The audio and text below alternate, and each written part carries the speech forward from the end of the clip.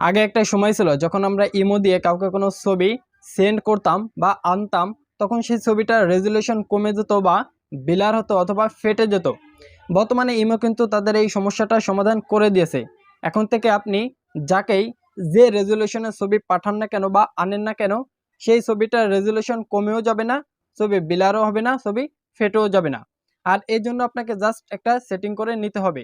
আর এর জন্য আপনি প্রথমেই চলে যাবেন ইমো অ্যাপে। সেই ইমো অ্যাপে আসার পর আপনি আপনার প্রোফাইল দেখতে পারবেন, এইখানে একটা ক্লিক করবেন। এরপর দেখতে পারবেন সেটিং, এইখানে যাবেন।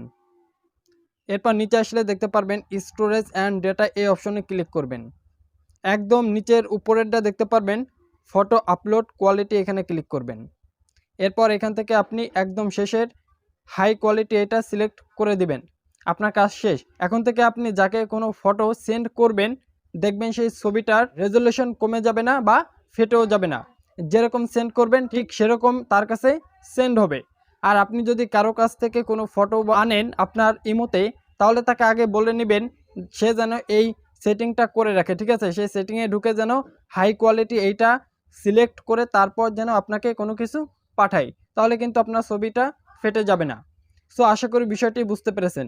তো দেখা হচ্ছে নতুন কোনো ভিডিওতে নতুন কোনো টপিক নিয়ে। সে পর্যন্ত ভালো থাকবেন, সুস্থ থাকবেন। আল্লাহ হাফেজ।